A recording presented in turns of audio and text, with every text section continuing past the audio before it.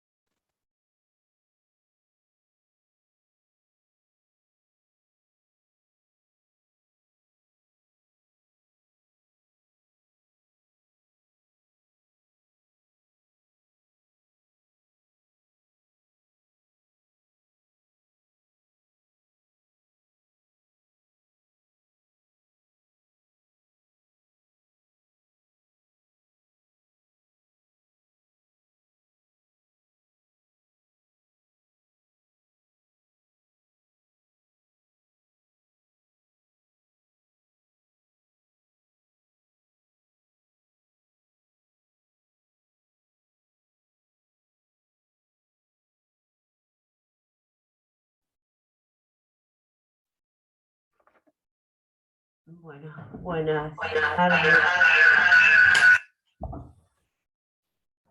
Buenas tardes a todos y a todas. Les pido por favor que apaguen los micrófonos. Así no nos acoplamos y nos podemos, y puedo básicamente yo escuchar sin un retorno complicado. Bueno, hoy lo que vamos a hacer es dar cuenta de lo que nos corresponde en función del cronograma, que es la unidad número 8, la última unidad que cierra los contenidos que van para el parcial. Esa unidad, que es la denominada régimen rosista, lo que vamos a hacer acá es colocar básicamente como los ejes más importantes necesarios para comprender especialmente ese tema, hacer alusión a la lectura obligatoria y a las a las microclases que están subidas en el aula virtual y que por lo tanto ustedes le tienen que prestar atención, porque ahí hay temas que son muy, muy claves y están los ejes muy bien trabajados. Así que lo que vamos a hacer hoy es el lineamiento general de la unidad, que también hay una clase general grabada, o sea que tienen clase general, microclases, lecturas, etcétera. Todo el material ya fue subido hace varios días. Pero lo vamos a precisar nuevamente hoy, por lo menos en este formato presencial. Bueno, ustedes en la clase del lunes que dieron por cerrada la unidad de la disgregación del espacio político, en ella seguramente el último punto, que digamos, es como dos puntos. Uno es la guerra contra el Brasil, que es un tema, y que tiene que ver cómo se cierra ese tema de la guerra, digamos, la complejidad de cerrar esa guerra, y el otro es la complejidad que se abre luego de la guerra, ¿no? Que es el tema de la provincia de Buenos Aires, ¿bien? Básicamente que tiene mucho que ver todo esto con el fin de el Congreso Constituyente, con la abrupta salida de renuncia del presidente Rivadavia, digamos, con el fin de esta centralidad que se había constituido a partir de la ley de presidencia, y que obviamente se colocó en una situación mucho más evidente a propósito de la mismísima Constitución de 1826, Constitución que, como ustedes vieron, fue una constitución rechazada por las provincias, y esta cuestión de rechazo, entre otras cuestiones, tenía que ver especialmente con la situación de una forma de gobierno que estaba definida en la Constitución, que es una forma de gobierno que no era la que pretendía, ¿no? Esto de representativa, republicana, consolidada en unidad del régimen, que es exactamente lo mismo que decir unitaria, y que considerando lo que el resto, digamos, la mayoría de las provincias quería, que era una constitución federal, indudablemente la misma no respondía a los intereses que mayoritariamente se pretendían. Sumado a lo de la guerra contra el Brasil, al desmanejo de esa guerra, se vino una situación sumamente tensa y compleja a propósito del final de la guerra y la vuelta de las tropas que habían participado en la misma, que indudablemente son tropas que forman parte de un ejército que no podemos considerar nacional, porque no existía una conformación de un ejército nacional, y lo que sí había eran ejércitos de pertenencia, eh, pongámosle comillas a la pertenencia, de pertenencia identitaria con un jefe militar. Cuando decimos de una pertenencia eh, identitaria a un jefe militar, de lo que estamos hablando es son los soldados de Lavalle, son los soldados del general Paz, o sea, cuando regresan, no regresan en una sintonía de un pensamiento nacional, porque en definitiva lo único que los había unido era luchar contra la invasión portuguesa y la presencia portuguesa en la banda oriental. Pero una vez que volvieron, vuelven con sus líderes militares, liderazgos militares como el de Paz y el de Lavalle, que además tienen una tradición muy importante en las guerras de independencia, o sea, son militares que vienen con un prestigio ganado en las guerras de la independencia. Por lo tanto, estos militares son claves en digamos, en la vida política que va a pasar en nuestro país cuando vuelvan. Paz se va a ir hacia su provincia de origen, la provincia de Córdoba, va a derrocar al gobernador y va a empezar un proceso de conformación de lo que terminará llamándose la Liga Unitaria. Va a ir sumando provincias a esa liga, en donde indudablemente hay una intencionalidad política sumada a la fuerza militar y a la experiencia militar que Paz tiene a lo largo de su historia como militar. ¿Bien? En términos también de la vuelta, digamos, está Lavalle. En el caso de Lavalle, vuelve a la provincia de Buenos Aires, y esa vuelta implica el enfrentamiento con el gobernador Dorrego, a quien considera indudablemente el culpable del fin desastroso de la guerra contra el Brasil, en la medida que se vuelve eh, habiendo perdido el territorio, ¿no? A eso, entre otras cuestiones, me refiero, y ese es el espíritu que atraviesa al ejército de Lavalle. En el enfrentamiento entre Lavalle y Dorrego, como ustedes ya lo vieron, esto termina en el fusilamiento de Dorrego y la instalación de Lavalle como gobernador de la provincia de Buenos Aires, cuestión que la verdad dura muy poco, básicamente porque el propio Lavalle no tiene la intencionalidad política de conformar un gobierno, la intencionalidad política de hacerse cargo de una gestión de gobierno. Una cosa es enfrentar al gobernador Dorrego, la cuestión del fusilamiento, y otra muy distinta es quedarse para gobernar. No es la misma situación la de Paz. Paz sí quería gobernar. Paz no solo quería, sino que se instala e inicia un proceso de gestión. Lavalle no.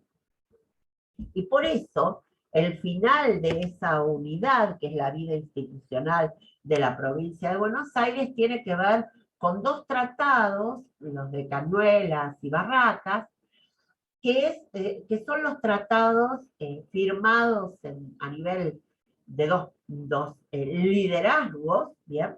Uno es el de Lavalle y el otro es de Juan Manuel de Rosas, que ponen punto final a la situación de Lavalle a cargo de la provincia de Buenos Aires.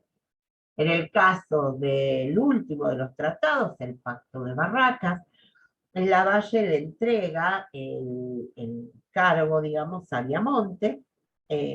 La, la acción de Viamonte en realidad es efímera.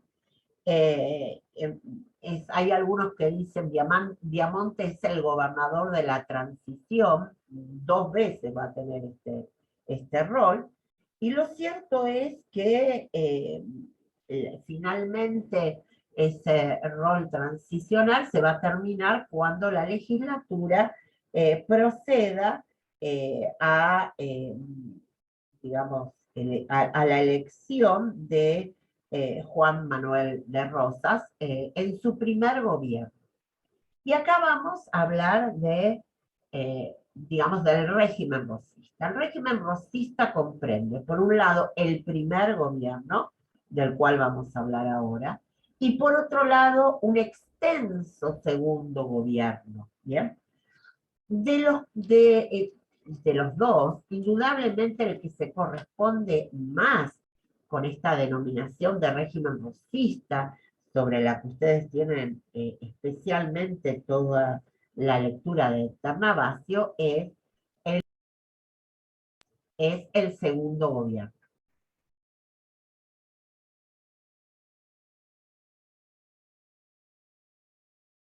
Ese segundo gobierno es el que seguramente responde más a las características de régimen. Sin embargo, hay algunas cuestiones que antes de llegar al segundo debemos trabajar y que son muy importantes. La primera es cuáles son las facultades que se le confieren a Rosas en el primer gobierno. Bueno, ustedes acá y acá vamos a estar cruzando durante un tiempo prolongado de este encuentro los puntos 8.1 y 8.2, ¿bien? En el primer gobierno es donde se le dan las facultades extraordinarias. Según estas facultades extraordinarias, en realidad lo que se pretendía es tener una facultad que, como su nombre lo indica, es excepcional en el ámbito legislativo. Paso a leer digamos, la ley que lo inviste de esa facultad. Se autoriza al gobierno con toda la plenitud de las facultades extraordinarias para que, haciendo uso de ellas, según le dicten su ciencia y conciencia, fíjense que deja al criterio de la autoridad política las definiciones que puede tomar. Tome todas las medidas que considere conducentes a salvar la provincia de los peligros que ha representado a la honorable sala. Amagan su existencia pública, libertad civil, sin comprender en dicha facultad en la conclusión definitiva de tratados o convenciones de cualquier género que sea. La sala continuará en su sesión ordinaria, contrayéndola a los negocios constitucionales y al despacho de los asuntos particulares cuya resolución sea compatible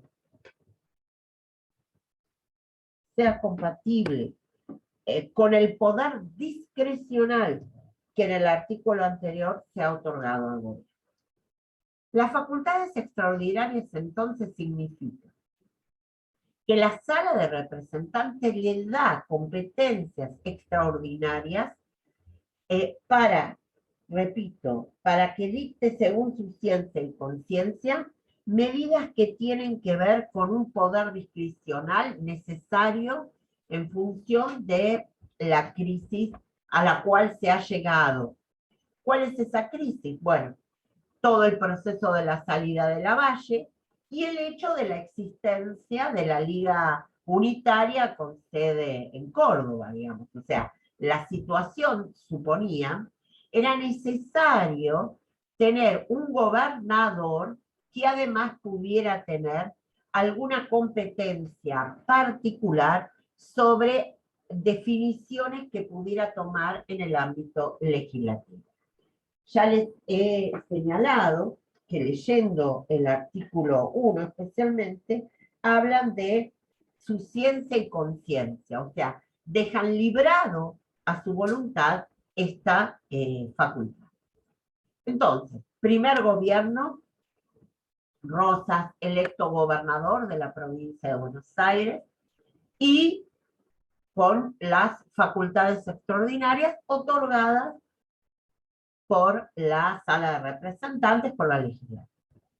Relación a facultades extraordinarias, suma del poder público, ustedes también tienen una microclase, así que también pueden ir ahí a trabajar.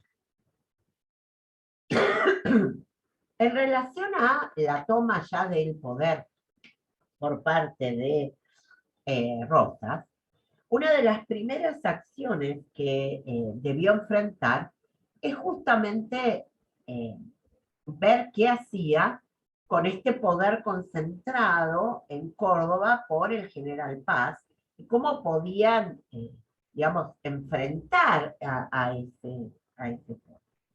Bueno, en relación a ese tema, es que viene la definición de la firma del Pacto Federal. Con respecto al pacto, vamos a precisar que también tienen una microclase. Varias cuestiones, porque el Pacto Federal es, según señala la Constitución del 53, en su preámbulo, habla de incumplimiento de pactos preexistentes. Cuando se alude a pactos preexistentes, se está hablando de dos. Uno es el federal y el otro es el acuerdo de San Nicolás de Desarrollo. A los efectos del parcial, nosotros vamos a ver solo uno, el pacto federal. Por lo tanto, lo primero que tenemos que ver, decirles por ahora, que es un pacto preexistente reconocido constitucionalmente en forma posterior. Lo que vamos a tener que definir es qué características particulares tenía ese pacto para diferenciarlo, por ejemplo, de un pacto interprovincial. O sea, como para que puedan distinguir que inicialmente tiene las tres provincias igual que Pilar, pero no puede ser considerado igual que Pilar, porque tiene otra configuración. Y esa configuración es preexistente a la Constitución. Por eso es muy, muy importante, porque es el pacto que regula la vida institucional desde el 31, cuando se firma, hasta el Acuerdo de San Nicolás. ¿Qué dice el Pacto Federal? Bueno, o algunas cosas. Primero, los que firman inicialmente son Santa Fe, Buenos Aires y Entre Ríos. Bien. Reitero, Santa Fe, Buenos Aires y Entre Ríos. Luego se va a sumar Corrientes. Pero inicialmente las provincias firmantes son Buenos Aires, Entre Ríos y Santa Fe. Esas tres provincias, que son las que firman primero, declaran, ¿bien?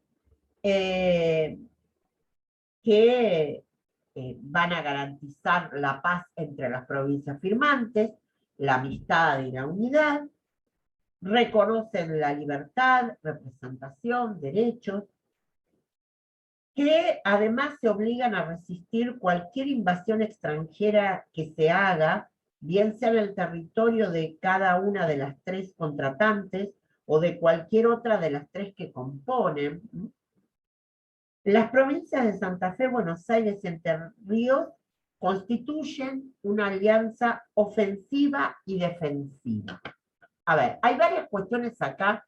Yo he ido siguiendo el articulado del pacto. Primero son estas tres provincias, hablan de paz, de unidad, hablan de repeler o resistir cualquier invasión, que implica, por otro lado, la alternativa de que si alguna es invadida, las otras la van a defender. ¿Bien? Y esta idea de constituir una alianza ofensiva-defensiva. Esas tres se constituyen en una alianza ofensiva-defensiva. Está claro que aquí ya hay un enemigo. La Liga Unitaria, esta sede cordobés de Córdoba, con el general Paz. Por lo tanto, si estas tres provincias conforman el pacto llamado federal, por algo que vamos a ver ahora,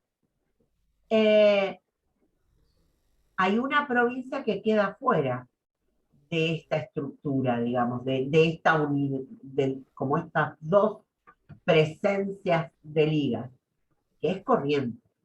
Por eso, cuando ustedes ven en el programa que habla de la discrepancia correntina, ahora vamos a explicar por qué Corrientes no firma enseguida, digamos, que es lo que discute, intenta ver si puede lograr imponer, y claramente no lo va a lograr. Bueno, uno de los artículos del Pacto Federal dice que los habitantes de las tres provincias litorales gozan de la franquicia y seguridad de entrada, de transitar con sus buques y cargas en todos los puertos, ríos y territorio de cada una.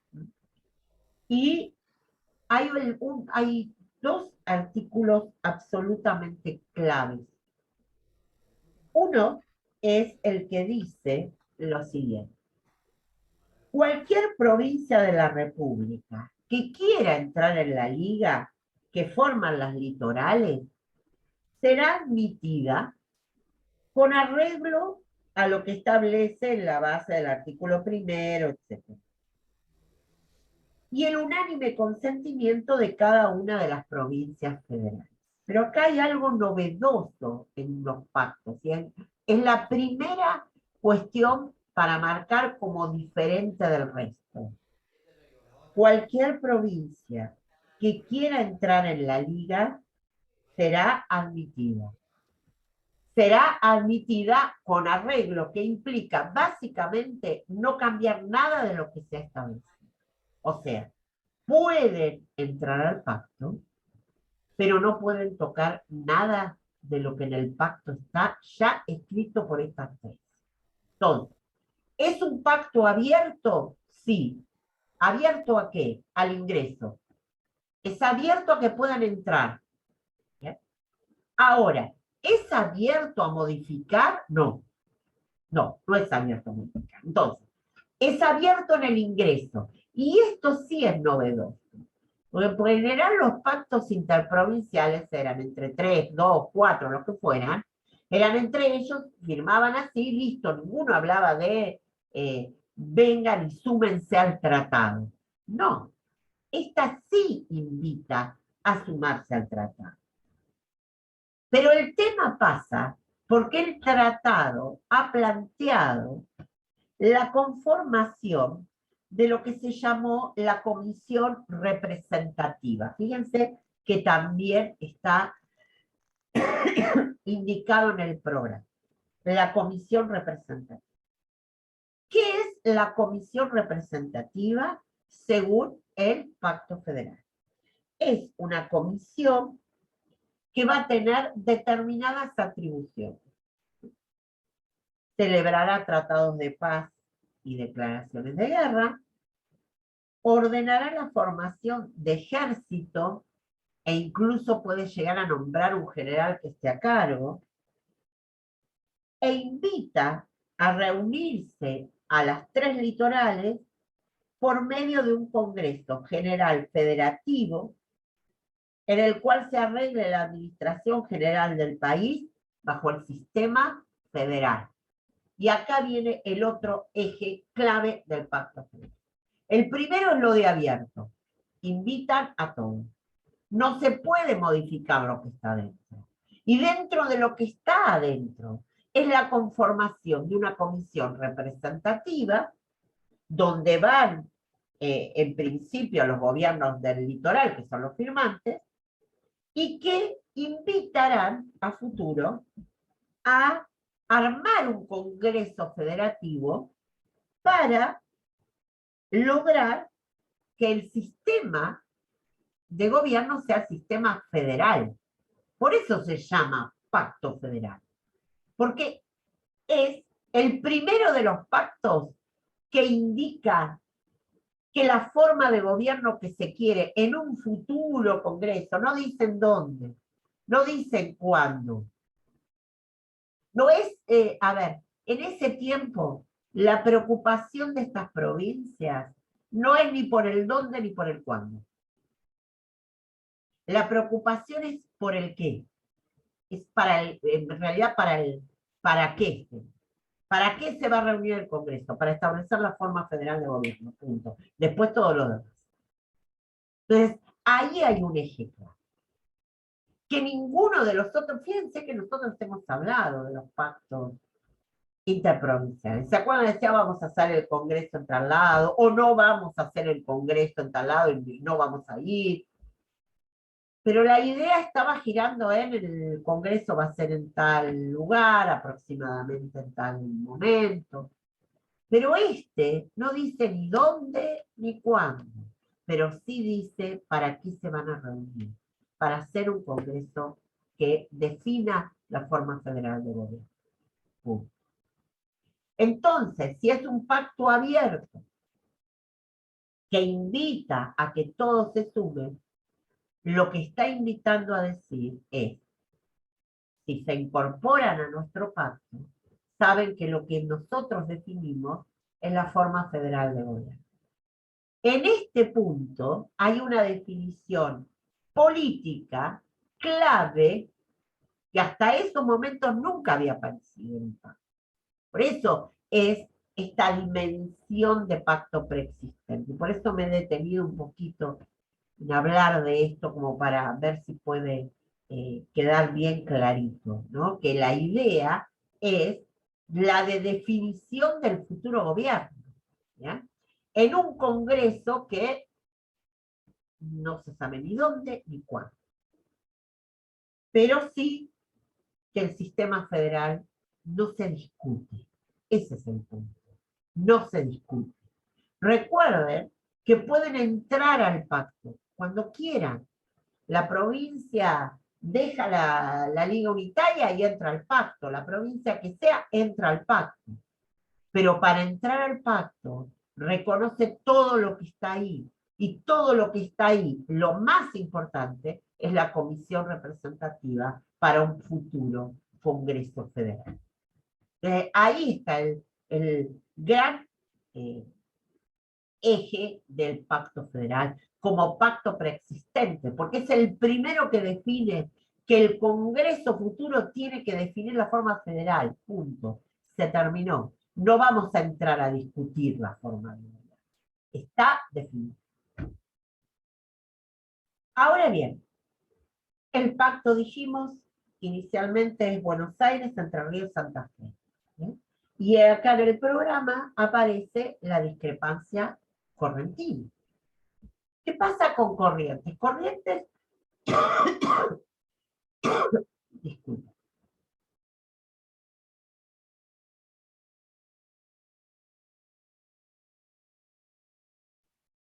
Cuando se inician los diálogos para la firma del Pacto Federal, Corrientes estuvo desde el banco, desde el banco.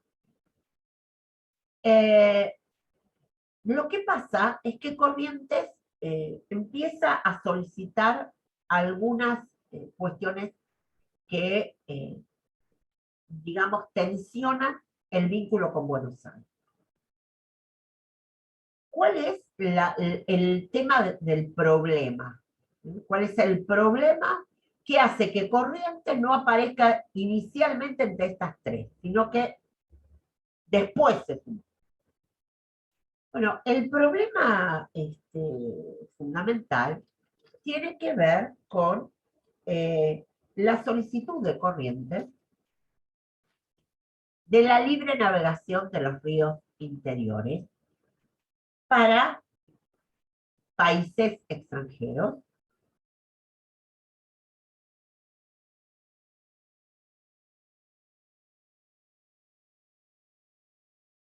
Lo que Corrientes pretendía es que los barcos que vinieran a comerciar, a comprar mercaderías y a traer también, fueran directamente a los puertos, por ejemplo, correntinos, y los derechos de aduana los pagaran ahí, no en Buenos Aires. Eh, Eso provocó una tensión porque Buenos Aires se niega a perder la supremacía, digamos, del,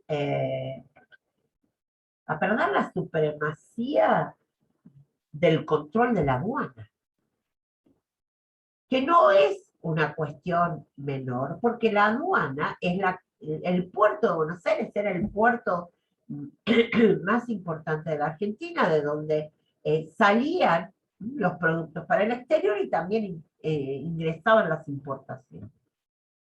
Ahora, ¿dónde quedaban los derechos de aduana? En Buenos Aires. Por lo tanto, Buenos Aires no iba a perder, digamos, ¿cuál era el tema? Dividir los recursos en el sentido de habilitar puertos y aduanas en las provincias del litoral. Y a Buenos Aires eso no le convenía, y de hecho se mantuvo firme en decir que no. Cuando van a firmar, y Corrientes plantea si efectivamente le van a dar la libre navegación de los ríos internos a otros países y la posibilidad de tener sus propias aduanas, Buenos Aires se niega y por lo tanto Corrientes no firma, aunque estuvo en todas las negociaciones. El tema es, como ya lo anticipé, quedaba unitarios por su lado, las tres provincias firmantes del Pacto Federal y Corrientes. Por lo tanto, la primer provincia que se pliega al Pacto Federal y tiene que admitir no tocar nada es Corrientes. O sea, discrepa al momento de la discusión, está presente en la discusión, estaba como parte inicial del tema, pero al momento de la firma no lo hace, por esto que acabamos de señalar. Pero al quedarse en una soledad total, define plegarse. Y es la primera provincia que se une al pacto federal de acuerdo a lo que ha planteado el pacto. ¿Eh? O sea, se ingresa, se acepta, no se toca nada, porque es un pacto abierto a las incorporaciones, pero no es receptivo a las modificaciones que las provincias puedan hacer de su articulado. Y Corrientes es la que aparece. Por eso, muchas veces decimos, ¿quiénes firmaron el Pacto Federal? Buenos Aires, Entre Ríos, Santa Fe y Corrientes. Generalmente aparecen así como el bloque del litoral. Pero hay que hacer una distinción, en el sentido de que es verdad, Corrientes fue la primera y fue prácticamente inmediato a la firma, pero convengamos que inicialmente no, porque no estuvo de acuerdo con esta.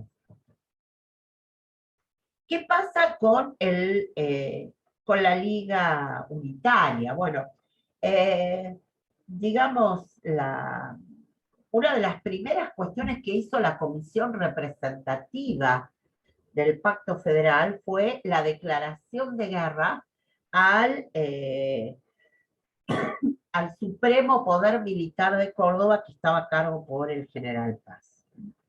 La comandancia del ejército, recuerden que habíamos dicho, el ejército, la comisión representativa habilitaba la posibilidad de la creación de un ejército y de definir quién iba a ser el general. Bueno, lo pusieron a Estanislao López a cargo de un ejército conjunto. Buenos Aires aportó indudablemente muchos de los hombres para el ejército, y en algunas provincias que habían caído bajo la órbita de la Liga Unitaria se fueron también rearmando para enfrentarse a el poder del general Paz. Por ejemplo, Quiroga lo iba a hacer desde la zona de Cuyo, Ibarra se iba a encargar desde la zona de Santiago del Estero. La idea era, digamos, atacar al poder de Paz desde todos los lugares que pudieran ser posibles. Sí, es lo que acabo de decir, Lucía. En esa declaración de guerra tiene que ver justamente con iniciar las acciones militares. Exactamente lo que preguntó Luis. Esa guerra contra la Liga Unitaria digamos, se logra vencer a la Liga Unitaria por parte de las fuerzas federales. Y por lo tanto, una de las acciones más fuertes de la misma fue tomar prisionero al mismísimo general Paz. Y de hecho, una vez que cae prisionero Paz, es como que todo empieza a caerse como si fuera un dominó, porque en realidad esta liga era endeble, y la fuerza en realidad estaba en el poder concentrado militar de Paz, pero obviamente había provincias que habían caído bajo su dominación, pero tenían escenarios de rebeldía, tal como mencioné en la zona de Cuyo. Por lo tanto, la caída de Paz y el fin de la Liga Unitaria pone punto final a estas alternativas de ocupación del espacio público y de los cargos públicos a posteriori de la guerra con el Brasil. O sea, cuando cae la Liga Unitaria, en definitiva, de lo que estamos hablando es del fin de las últimas consecuencias que tendrían que ver con eh, digamos, la guerra contra el Brasil. Por lo tanto, cuando cae la Liga Unitaria, eh, quedaba pendiente la posibilidad de ver qué se hacía con la comisión representativa, ¿no?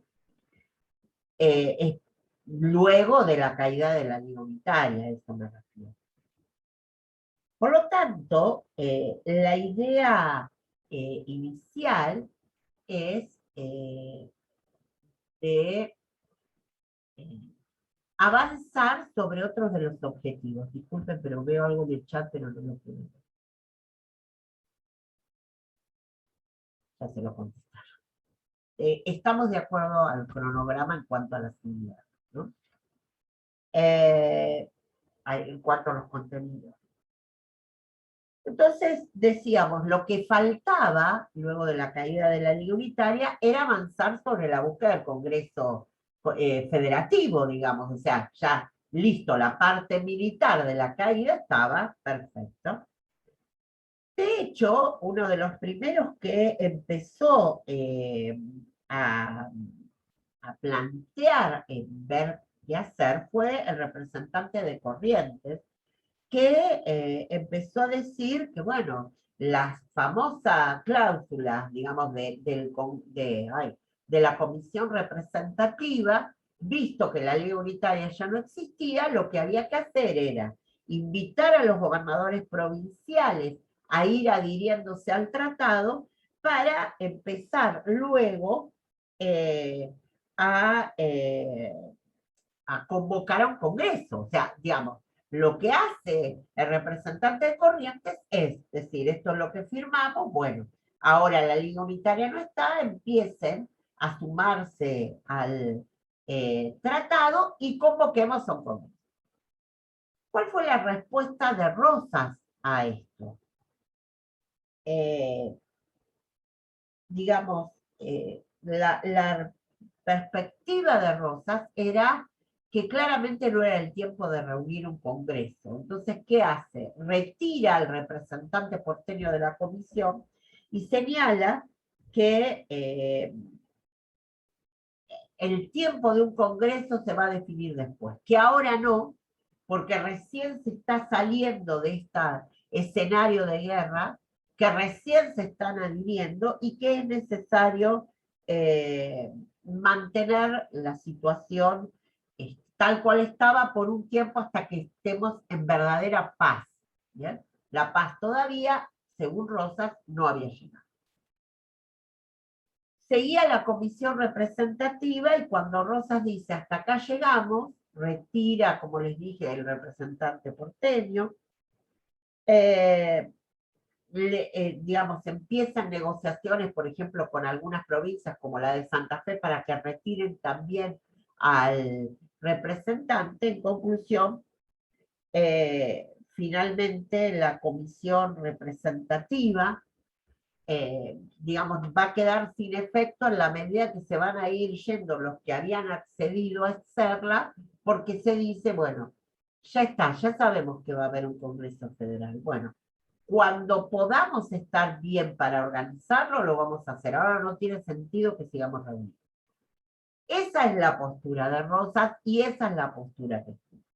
Cuando Rosas abandona, porque termina su periodo de gobierno, el gobierno de la provincia de Buenos Aires, que en esos momentos era de 3 años, había logrado indudablemente hechos claves, como fue el fin de la Liga Unitaria, e indudablemente también el prorrogar para adelante, digamos, la definición de un Congreso Constituyente. O sea, se va del primer gobierno con estas dos acciones que son muy importantes. Cuando termina, va a haber en la provincia de Buenos Aires, eh, digamos, entre el primero y el segundo gobierno de Rosas, hay 3 gobernadores que son realmente gobernadores transicionales, ninguno logra permanecer mucho tiempo, son interinos. Rosas define alejarse del escenario político de Buenos Aires, emprende la campaña al desierto, la primer denominada o autodenominada campaña al desierto, tiene que ver directamente con el hecho de frenar los ataques de distintas tribus que ocasionaban serios problemas a algunos pueblos, a algunos hacendados, en el robo de ganado, en atrapar también personas a las que se llevaban. Entonces, Rosas, mientras están estos gobiernos interinos, digamos, que no logran consolidarse, se va a realizar esta campaña.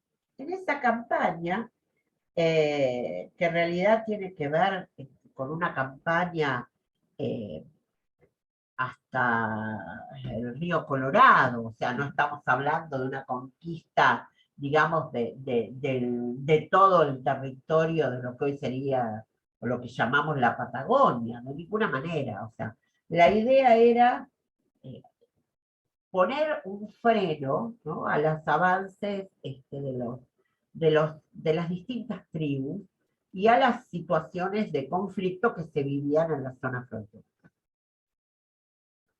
Rosa llega hasta el río Colorado, libra, digamos, hay enfrentamientos con algunas de estas tribus, pero en realidad lo más importante de esta campaña tiene que ver con el hecho de Rosas haber logrado aplacar las hostilidades de las distintas tribus, especialmente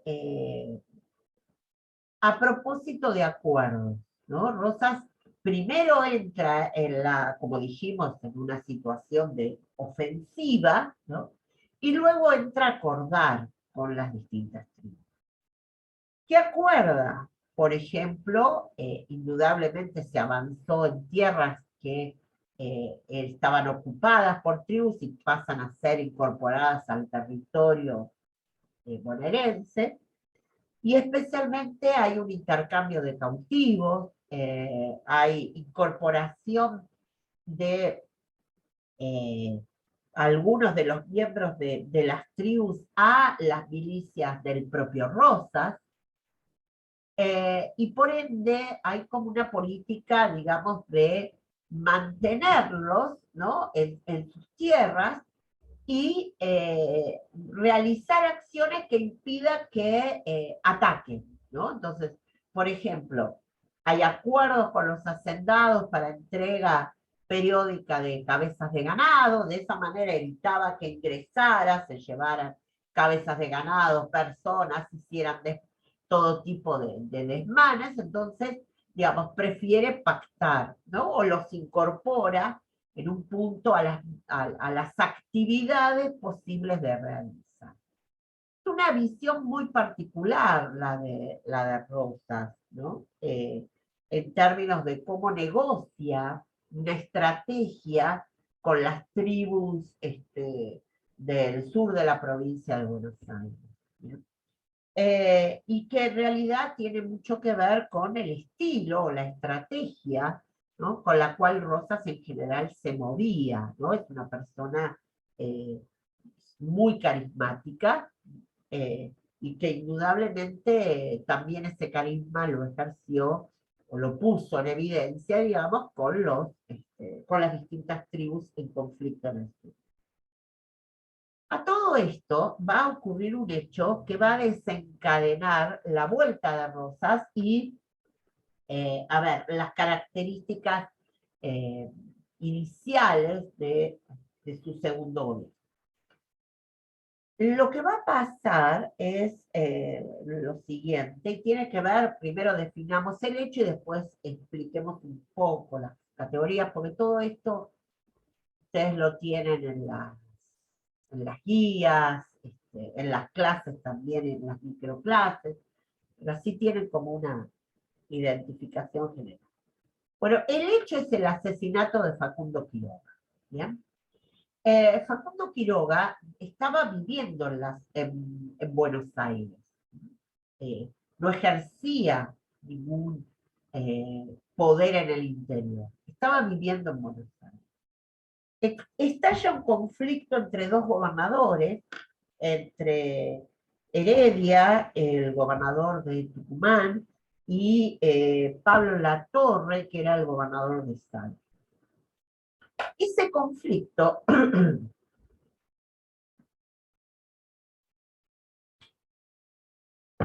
ese conflicto entre estas dos provincias amenazaba con convertirse en un foco de guerra civil.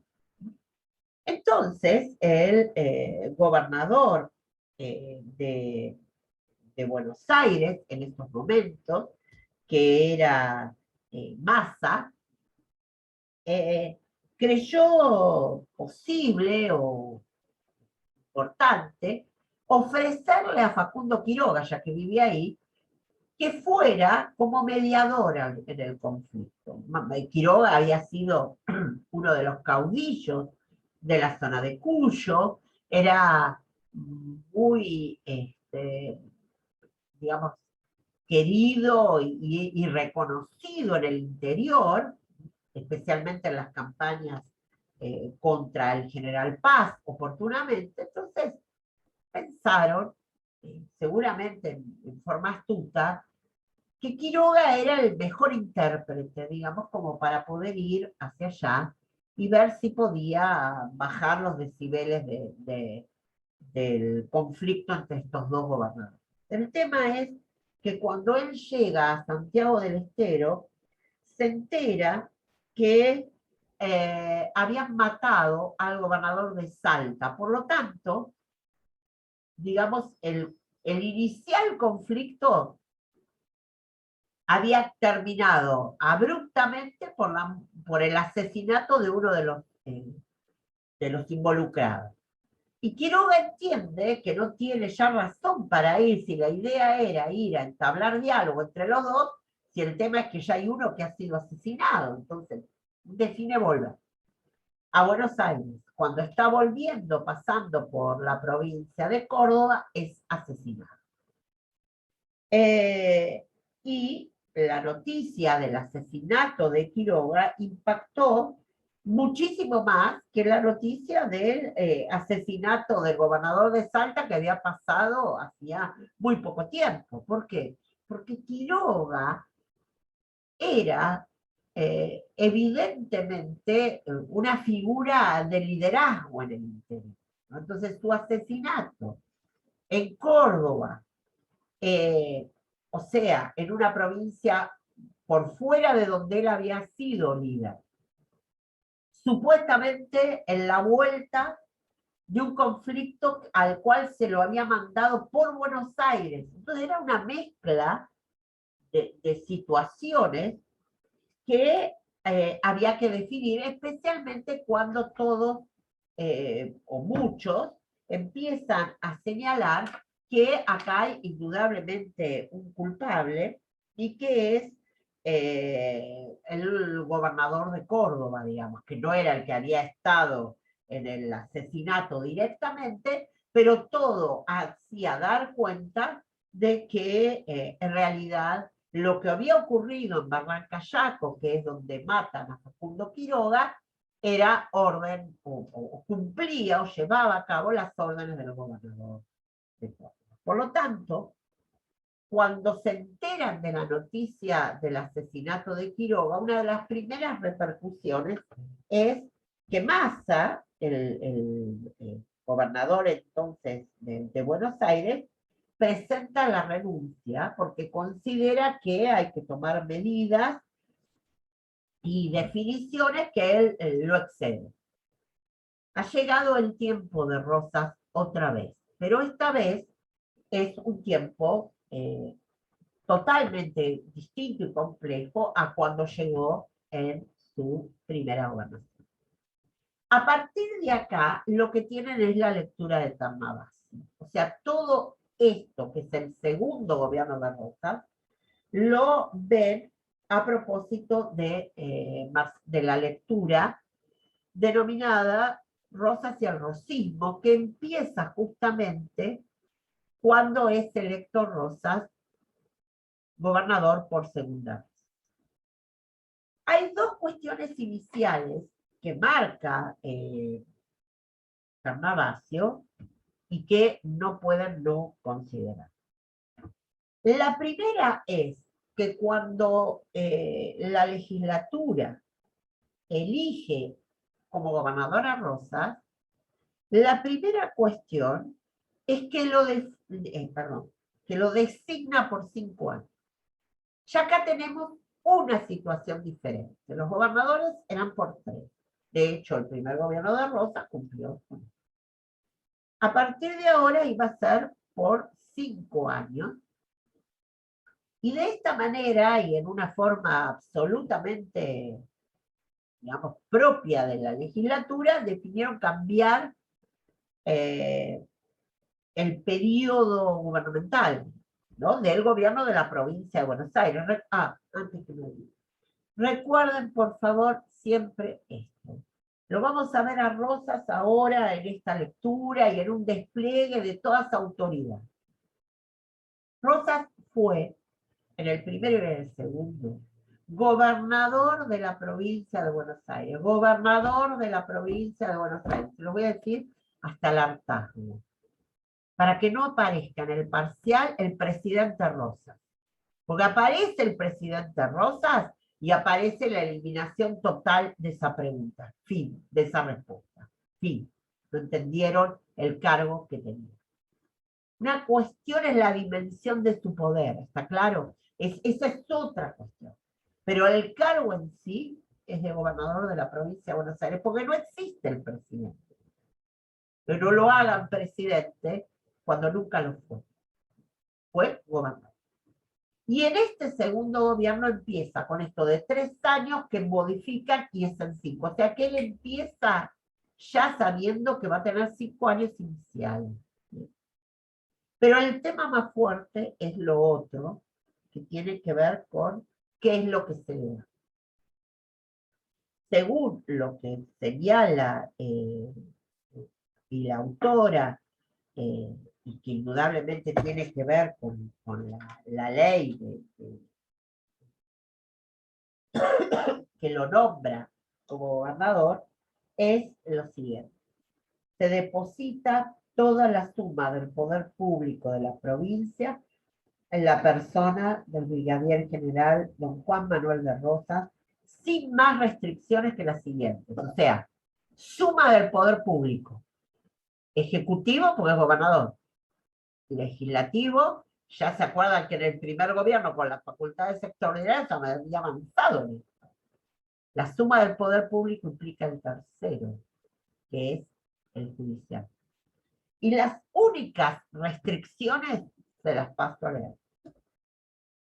Deberá conservar, defender y proteger la religión católica apostólica romana. 2. Deberá sostener y defender la causa nacional de la Federación que han proclamado todos los pueblos de la República. 3. El ejercicio de este poder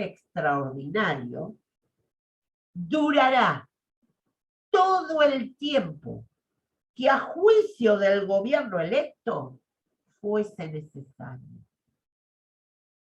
O sea, no hay límites temporales. En principio tiene esos 5 años de gobierno y ahí se supone que hasta donde él considere que va el ejercicio de la suma del poder público, es así. Esto es el eje de 2 cuestiones que muy bien trabaja Tamabas. 2, sí. La primera es, ¿qué es el régimen? Es el régimen rosista. Fíjense que en la lectura, que es de un capítulo del texto de Tamabasio,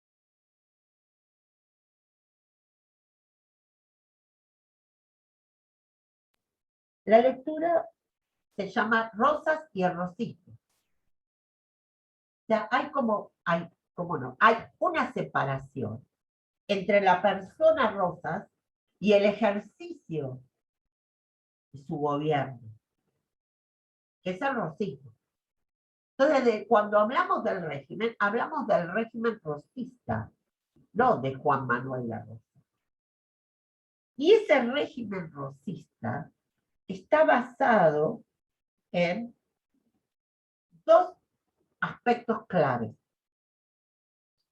Uno es la unanimidad, que significa que progresivamente se va a instalar la idea de uniformidad, digamos, del pensamiento. Y la idea de que el opositor es un enemigo. A ver, esa unanimidad, que es ideológica, pero también es hasta visual.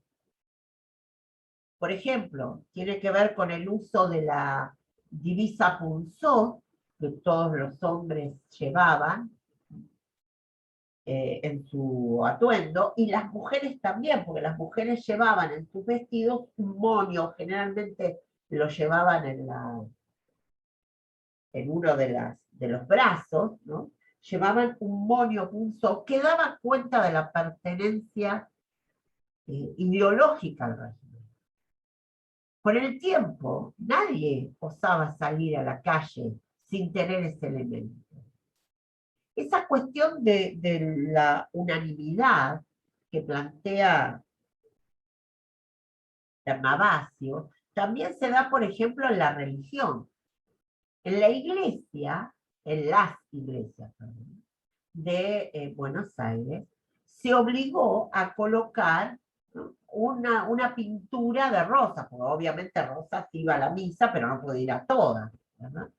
Entonces se colocaba una pintura del retrato del restaurador, de Juan Manuel de Rosas, en el contexto del espacio iglesia. ¿Bien? Todo esto para dar cuenta de este criterio de unanimidad. Ahora, el otro criterio que va unido al de unanimidad, de acuerdo a la autora, es la dimensión plebiscitaria del régimen. Y esa dimensión plebiscitaria del régimen es este constante, como lo dice Tamabasio, es el constante incentivo por parte del gobierno para movilizar a la población en apoyo del líder federal. O sea, frente a alguna situación, se convocaba a algunas movilizaciones o acciones que dieran cuenta de que efectivamente todos estaban de acuerdo con las medidas tomadas por el régimen. ¿Ya? Entonces, es importante estos criterios que para Navasio hablan de un régimen de unanimidad y de carácter plebiscitario. ¿Bien? ¿Por qué? Porque cuando nosotros veamos si hay oposición, San Mavasio de cómo lo llama a esto. Habla de la intolerancia al disenso. O sea, ¿qué es lo que pasa cuando no todos creen lo mismo? No todos piensan igual. ¿Qué pasa en ese régimen cuando hay quienes no piensan igual? Y ahí es donde aparece la generación del 37 como uno de los enemigos fuertes, que son un grupo de jóvenes pensadores que adhieren al romanticismo, una corriente francesa, de origen francés, una corriente que reivindicaba o trataba de ver los orígenes nacionales. En el caso de la generación del 37, o también llamada la generación romántica, ellos decían que el origen nuestro era mayo del 10, o sea, todo lo que había sido antes no era parte realmente constitutiva de nuestra historia. Nuestra historia empezaba en mayo del 10. Y digamos que las dos obras cumbres, en términos políticos, digamos, de los autores mencionados en el programa, que son Echeverría y Alberdi. En el caso de Echeverría es, por ejemplo, el dogma socialista, y en el caso de Alberdi es el fragmento preliminar al estudio del derecho.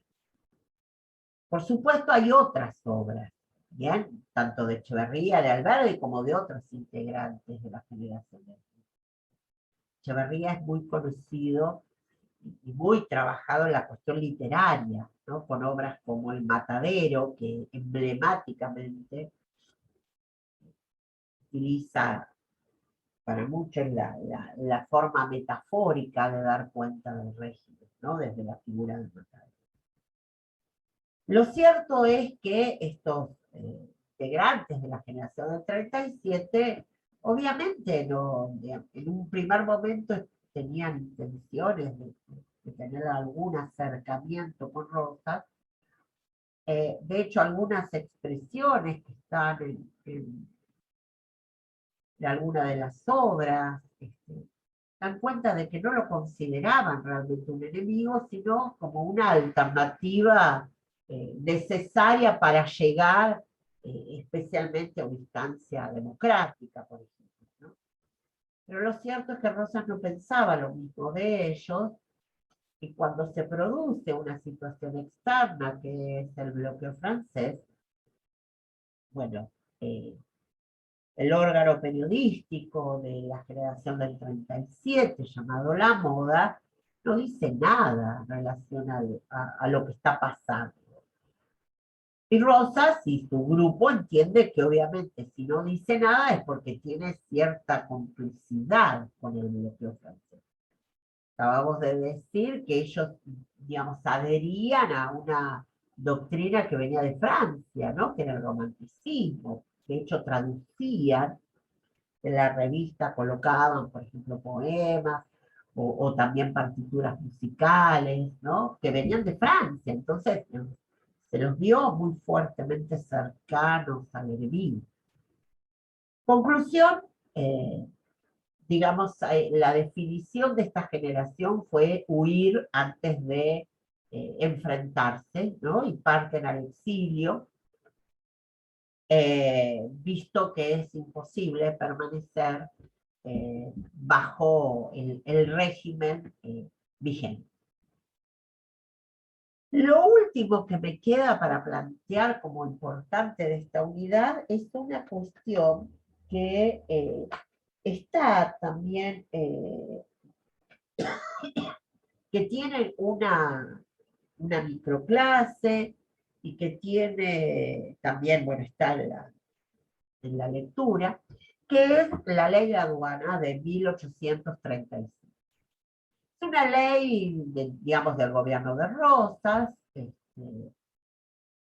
que que es una ley proteccionista, fuertemente proteccionista.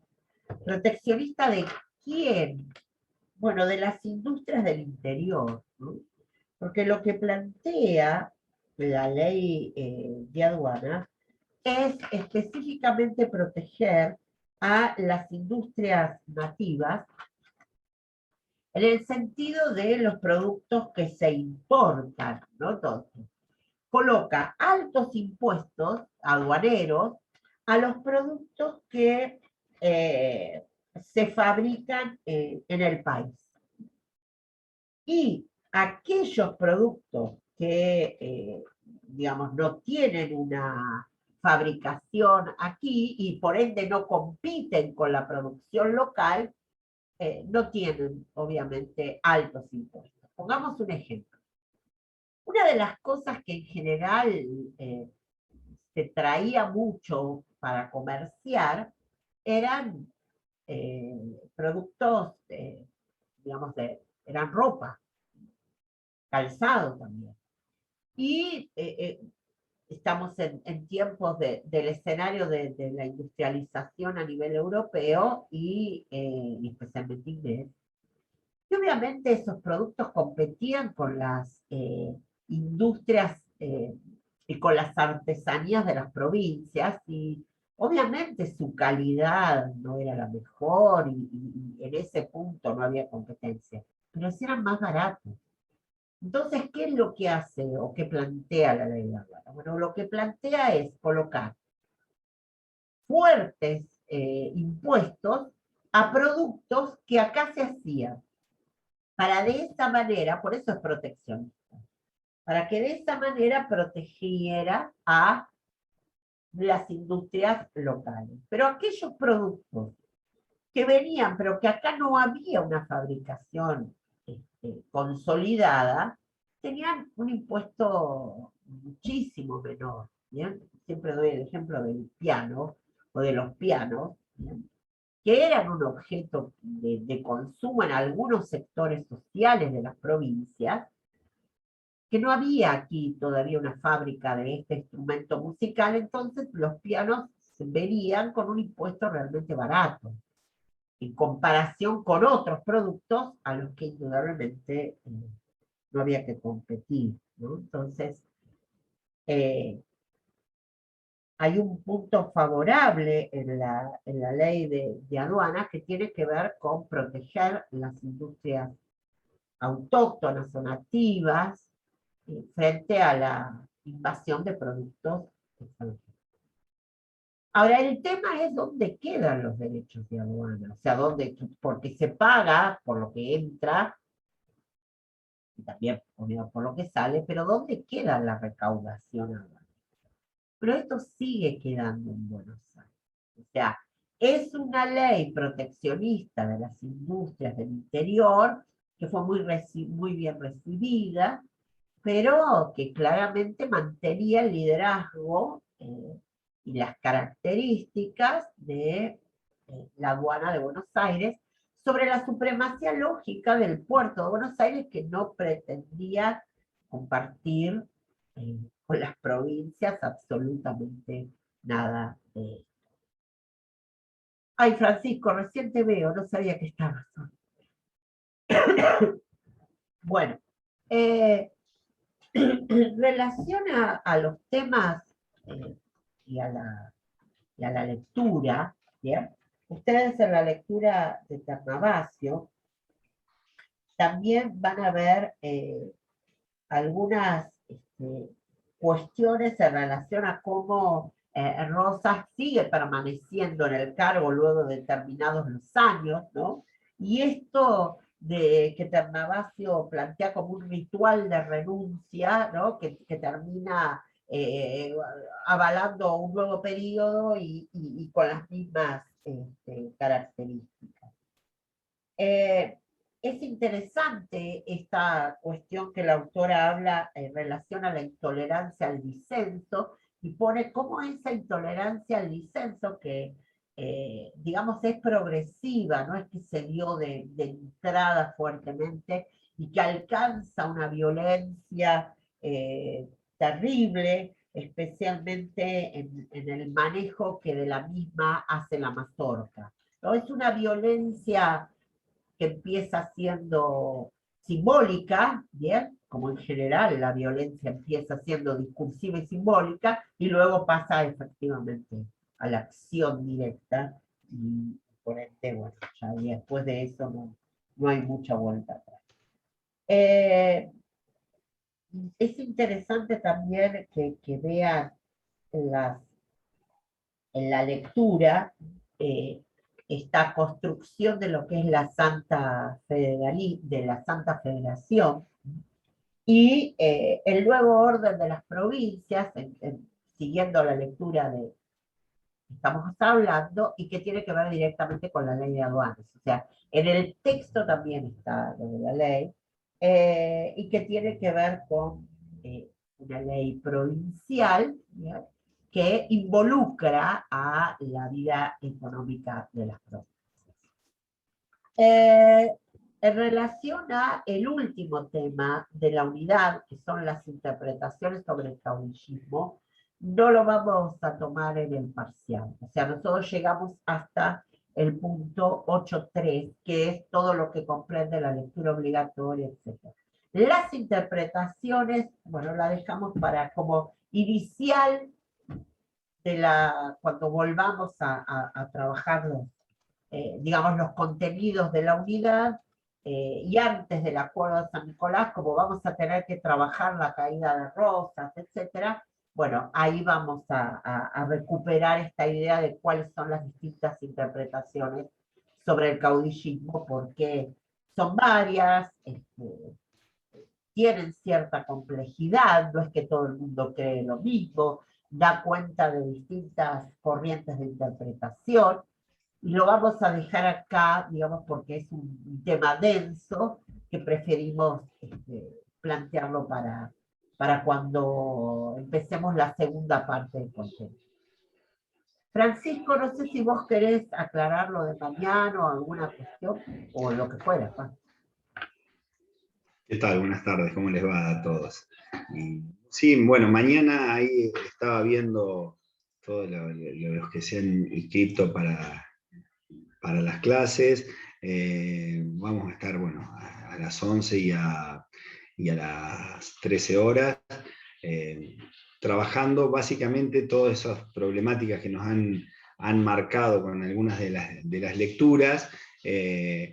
Y vamos a dejar para el martes en el taller de lectura lo que son las dos últimas lecturas que tienen que ver con esto que estaban viendo hoy, bueno, con las dos lecturas de Ternavasio, para trabajarlas con los chicos. Así que, bueno, la idea es que si hay alguno que no se ha anotado todavía y se quiere anotar, que se anote, tiene que ver con una organización de la facultad para el cumplimiento de los protocolos, y lo que le vamos a pedir es que los que vayan mañana vayan con el material, porque la verdad que eso por ahí nos ayuda para que ustedes marcarles algunas cuestiones puntuales, para que ustedes puedan identificarlas y trabajarlos en la clase.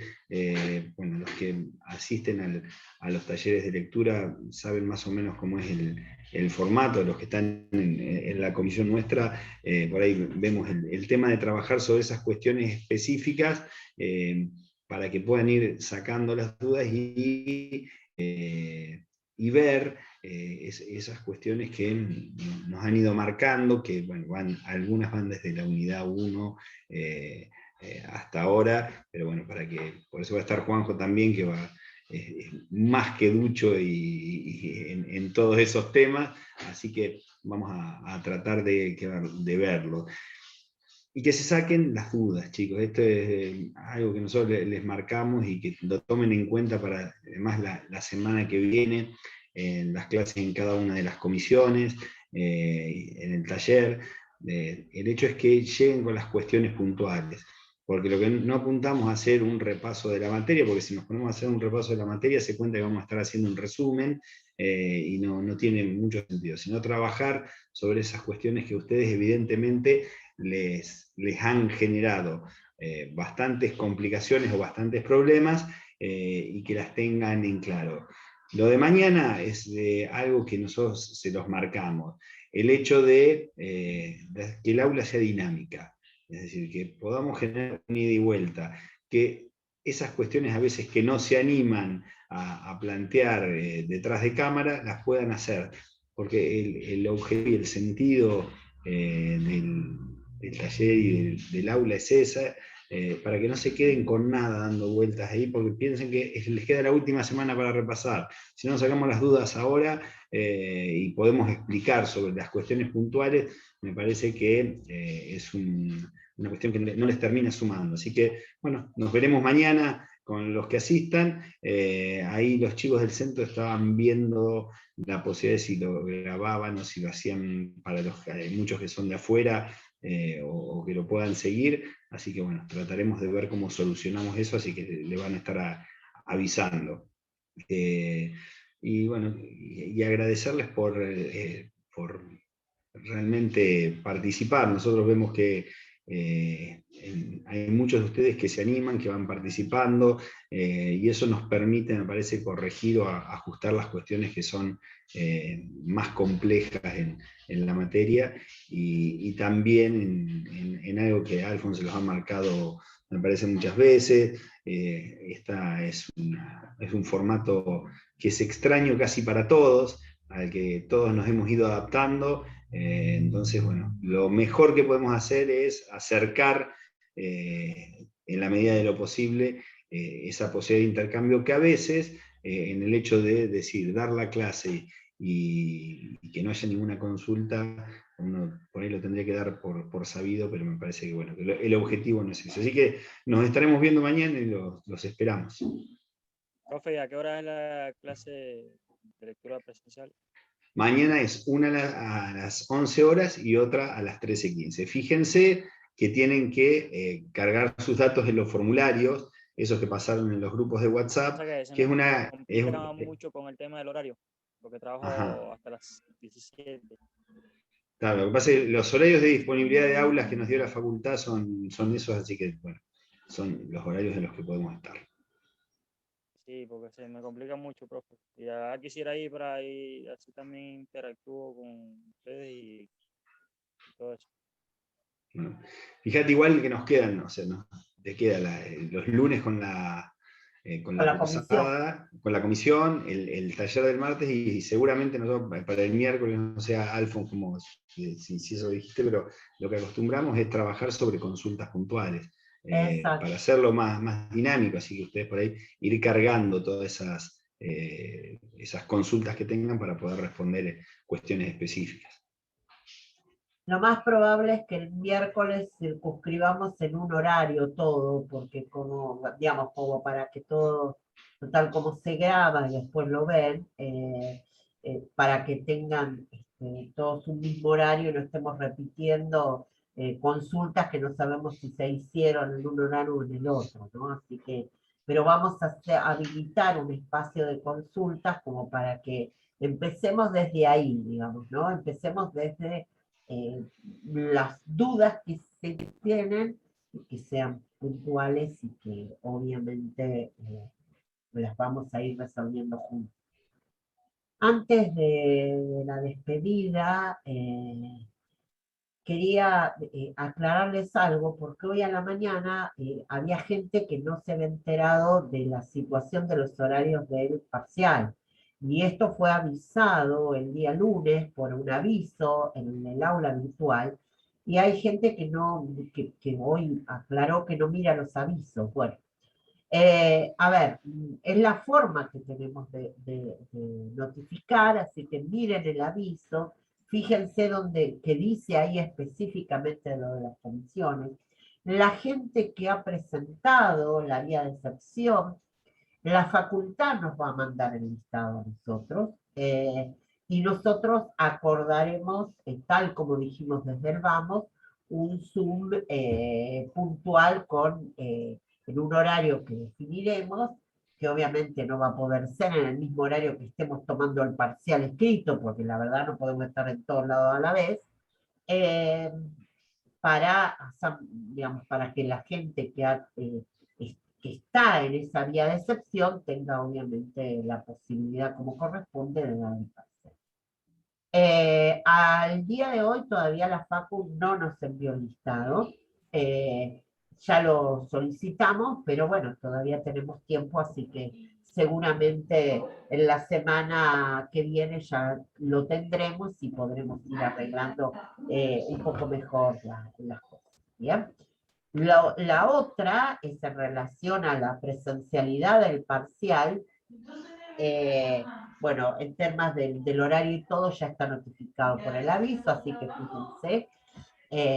Y bueno, ya empezamos a una presencialidad, por lo menos mañana va a haber un primer encuentro con esto y bueno, y el miércoles, el sábado en el parcial. Así que bueno, mañana se ven los que han podido ir. Estoy con una gente que habla en el fondo, listo, ¿no? Y nos vemos, ¿bien? Nos estamos viendo y la semana que viene repaso, el lunes en las comisiones y el martes, como dijo Francisco, y el miércoles en una que vamos a hacer. Es imposible. Nos vemos, chicos, hasta mañana y hasta cada vez que nos vemos. Muchas gracias. Mañana. Chao, gracias. Chao, gracias.